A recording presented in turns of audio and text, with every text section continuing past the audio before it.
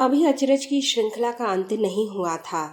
जैसे ही तपोभूमि आए, उन्होंने देखा कि आचार्य श्री यज्ञशाला की ओर टहल रहे हैं। गौरीकर ने उन्हें प्रणाम किया। प्रणाम करके जैसे ही वह खड़े हुए, आचार्य श्री ने कहा, बेटा, अब परेशान होने की कोई जरूरत नहीं है। माताजी ने तुम्हारी सारी समस्याओं का भार अपने ऊपर ले लिया है।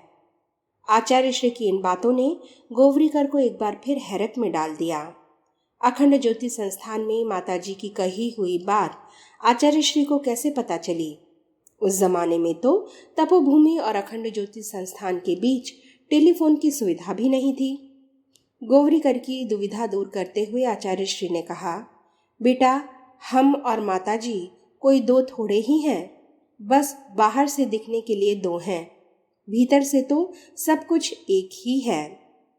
मध्य प्रदेश की ग्रामीण अंचल की एक साधक शिवरानी देवी ने भी इसी से मिलती जुलती स्थिति अनुभव की। मामूली पढ़ी लिखी यह महिला साधना उपासना के मामले में नियमित और निष्ठावान थी। ब्रह्म मुहूर्त में उठकर सुबह 3 घंटे तक वह नियमित जप करती। दिनचर्या के दूसरे काम निपटाते हुए भी उसका मानसिक जप चलता रहता। वह सूर्य मंडल में स्थित गायत्री माता का ध्यान जप के साथ करती थी। नियमित साधना के दौरान एक दिन ध्यान की अवस्था में उन्हें विचित्र अनुभव हुआ। वे गहरे ध्यान में डूबी हुई थीं। सूर्य मंडल में स्थित गायत्री माता की छवि को निहारते हुए मन जैसे खो गया था। उस छवि में उन्हें अचानक माता जी की झलक दिखाई देने लगी। निरभ्र अनंत आकाश में वह छवि विराट रूप लेती जा रही थी। सारे ग्रह नक्षत्र उस तेजोमयी मूर्ति के इर्द गिर्द चक्कर काट रहे हैं। धीरे धीरे सब कुछ उनमें लीन होता चला जा रहा है। तभी प्रतीत होता है कि आचार्य श्री की छवि भी उसी प्रकाश से निकल रही है। माता जी की छवि लुप्त हो गई है। फिर माता जी दिखाई दी और आचार्य श्री की छवि विलीन हो गई। कुछ क्षण बाद दोनों साथ दिखाई दिए। इस तरह के बिंब कई बार उभरते और बिखरते रहे। आनंद की विचित्र अनुभूति हो रही थी। ध्यान से उठने के बाद भी मन उसी भाव दशा में डूबता उभरता रहा। आचार्य श्री के अज्ञातवास से वापस आने के बाद शिवरानी ने अपने गुरुदेव को इस अनुभव के बारे में बताया। आचार्य श्री ने उनसे कहा, बेटी, आदिशक्ति ही इस सृष्टि की जननी है। उनके कई रूप हैं। जैसी हमारी भावना होती है वैसी ही आकृति बन जाती है। वैसे माताजी के बारे में जो तुम्हारे भाव है वह सही है। मैं उनसे जरा भी अलग नहीं हूँ। आचार्य श्री के हिमालय जाने के बाद कई साधकों को तरह तरह की अनुभूतियां हुईं। उनका संदेश एक ही था कि लौकिक दृष्टि से दोनों का अस्तित्व अलग होते हुए भी मूलतः एक ही है। अंततः सलीला सरस्वती गंगा और यमुना को जोड़ती हुई जैसे प्रयाग में प्रकट होती है, उसी तरह चेतना की उच्चतम उत्कृष्ट धारा उन दोनों में व्यक्त हुई है। आचार्य श्री के हिमालय जाने के बाद माताजी पर कई नई जिम्मेदारियां आ गई थीं। आंतरिक दृष्टि से दोनों में कैसा ही अद्वैत अभेद हो, व्यवहार में तो फर्क पड़ता ही है। माताजी की अपनी जिम्मेदारियां अपने स्थान पर थीं और आचार्य श्री की सौंपी हुई जिम्मेदारियां अपने स्थान पर। ये जिम्मेदारियां अतिरिक्त ही कहीं जाएंगी।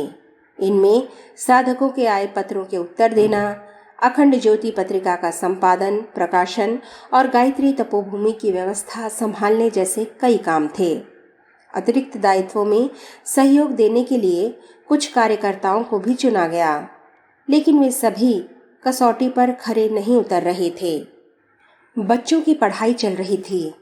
मृत्युंजय शर्मा तब 8वीं कक्षा में थे। आचार्य श्री कह गए थे कि जरूरी लगे तो सतीश मृत्युंजय को ओम प्रकाश के पास भेज देना, वहां पढ़ लेगा।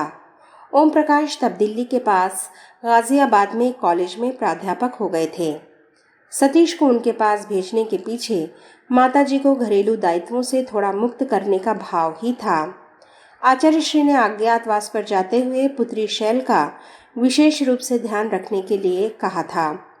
यह भी कहा था कि बच्चों के मामले में कोई कमी रह जाए तो कोई बात नहीं, लेकिन तपोभूमि और साधकों की उपेक्षा नहीं होनी चाहिए। आचार्य श्री के जाने के बाद माताजी ने निर्वाह करने के लिए एक नई व्यवस्था रची।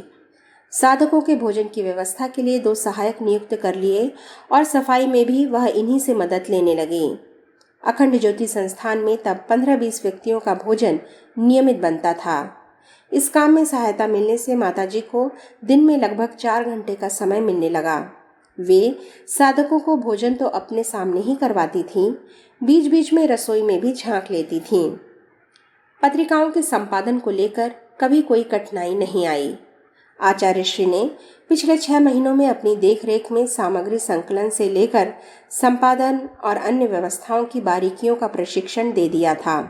इस काम में सहायता के लिए चुने हुए कार्यकर्ता भी कुछ हाथ बटाते ही थे। मुख्य काम साधकों की भावनाओं का निर्वाह और समस्याओं का समाधान करना था।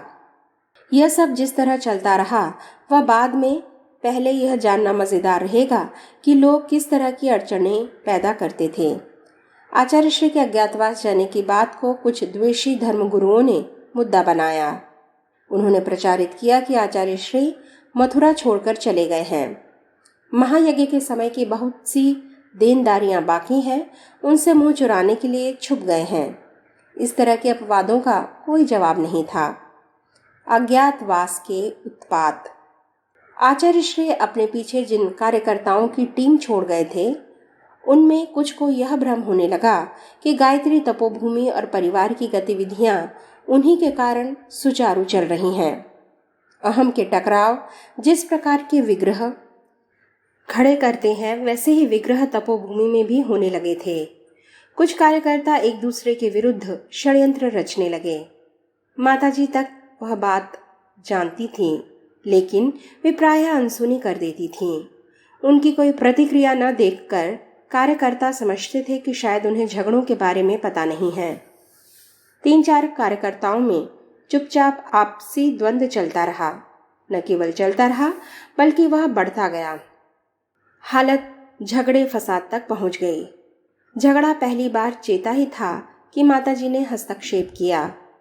वे तपोभूमि गईं और कार्यकर्ताओं को एक जगह इकट्ठा किया। सभी के एक जगह बैठ जाने के बाद उन्होंने कहना शुरू किया, बेटा, मैं तुम में से हर एक को बहुत अच्छी तरह से जानती हूँ। तुम लोग इतने दिनों जो भी करते रहे हो उससे मैं अच्छी तरह परिचित हूँ। मैं इस भीड़ में किसी का नाम लेकर उसे शर्मिंदा तो नहीं करूँगी, पर तुम में से जिसने जो कुछ किया उसके कामों का खुलासा कर देती हूँ। इतना कहकर माताजी ने उपद्रव मचा रहे कार्यकर्ताओं के कारनामे सुनाना शुरू किए। इन कारनामों में आर्थिक गड़बड़ियों के अलावा विद्वेष फैलाने, कुचक्र रचने और एक दूसरे को नीचा दिखाने की कई गतिविधियां थीं। उन्होंने किसी का नाम नहीं लिया, सिर्फ अभी तक की ज्ञात और अज्ञात घटनाओं का खुलासा भर किया। जो घटना जिसके बारे में थी उसने सुनी और सुनकर सिर झुका लिया। उन कार्यकर्ताओं को अपनी गलती या दुर्भावना का पता तो था ही। जब यह अनुभव हुआ कि संस्था प्रमुख की जानकारी में राय रत्ती बात है, फिर भी उसकी ओर से क्षमा किया जाता रहा है, पता नहीं क्यों। उस क्यों का उत्तर तलाशते हुए लोग अवाक थे। दोष और गलतियां गिना चुकने के बाद माताजी ने कहा, मैं अभी तक चुप रही हूं तो इसका कारण यह नहीं था कि मुझे पता नहीं था या तुम लोगों से कोई डर था। सिर्फ इसलिए चुप रही हूं कि मैं तुम लोगों के सुधरने का इंतजार कर रही थी। सोच रही थी कि आज नहीं कल गलती का एहसास होगा और तुम लोग सही रास्ते पर आओगे। तुम लोग गलतियां कर रहे थे और फिर भी अधिकार के नशे में चूर हुए जा रहे हो, तो यह मत समझो कि वे गलतियां सहन की जा रही हैं। माताजी यह कह ही रही थीं कि उन कार्यकर्ताओं को कपकपी छूट गई। उन्हें लगा कि अब माताजी कोई फैसला सुनाने वाली है। वह फैसला दंड के रूप में ही होगा। हो सकता है वे आश्रम से चले जाने के लिए कहें। किसी कार्यकर्ता के मन में इस आशंका का प्रतिरोध भी उभरा। वह सोचने लगा कि आश्रम छोड़कर जाने के लिए कहेंगी तो व्यवस्था लड़खड़ाने का डर है। यह बात माताजी भी अच्छी तरह समझती हैं। इस आधार पर हम लोग अकड़ दिखा सकते हैं।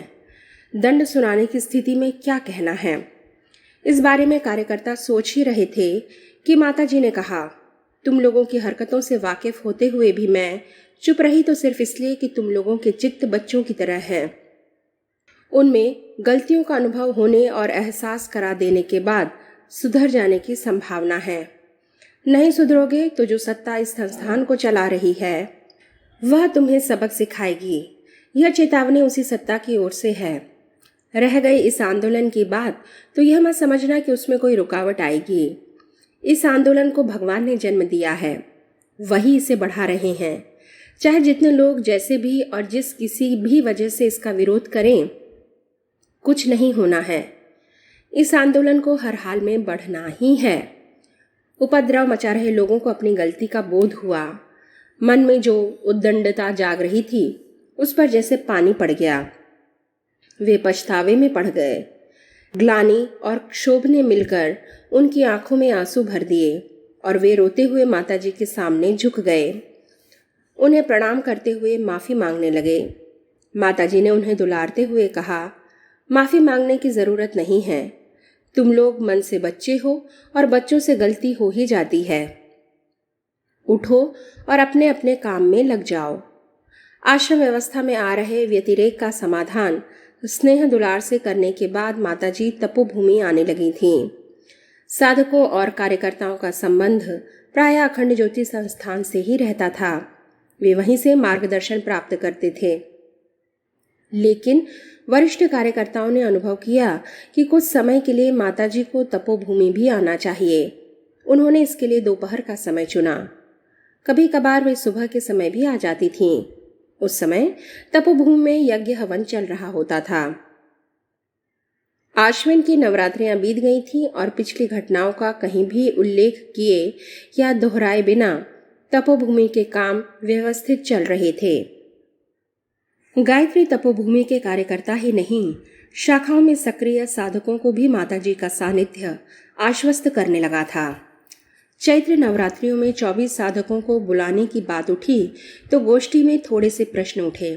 उनका समाधान करते हुए माताजी ने यही कहा कि इतने साधकों को बुलाने का निर्देश आचार्य श्री की ओर से ही आया है। माताजी का यह उत्तर सुनकर कार्यकर्ता चुप हो गए। अधिकांश का समाधान हो गया, लेकिन कुछ को आशंका भी हो रही थी। उनके अनुसार माताजी सीधी सादी सरल गृहिणी है। वे स्नेह कर सकती हैं, ममता लुटा सकती हैं और साधकों का ध्यान रख सकती हैं। लेकिन जहां व्यवस्था के क्षेत्र में दृढ़ निर्णय लेने की आवश्यकता होती है तो वहां पीछे हट सकती हैं। अमृतलाल नामक कार्यकर्ता ने इस गोष्ठी के बाद तुरंत कहा था कि समग्र शिविर चलाने में कठिनाई आएगी। वे 4-5 उपद्रवी कार्यकर्ताओं को क्षमा और स्नेह ही कर पाईं।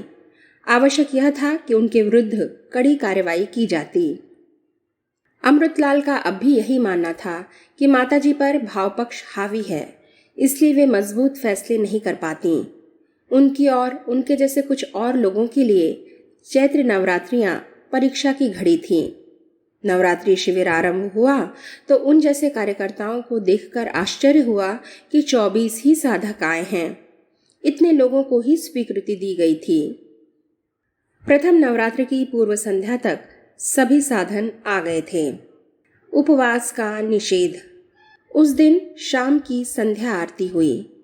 आरती के बाद माताजी ने आगंतुक साधकों को अगले 9 दिन का कार्यक्रम समझाया। इस बार साधना के दौरान अधिक से अधिक मौन रहने का निर्देश था। अनुष्ठान का नियम था कि साधक दिन में एक बार भोजन करें। शाक, दाल और रोटी के अलावा शाम को दूध या फलाहार। 24 साधकों ने 9 दिन तक अन्न का सेवन नहीं करने का व्रत लिया। फल या दूध पर ही अनुष्ठान की तैयारी दिखाई।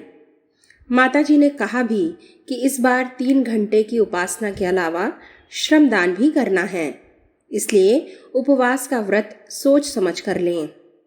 अपने शरीर पर दबाव नहीं आने दें।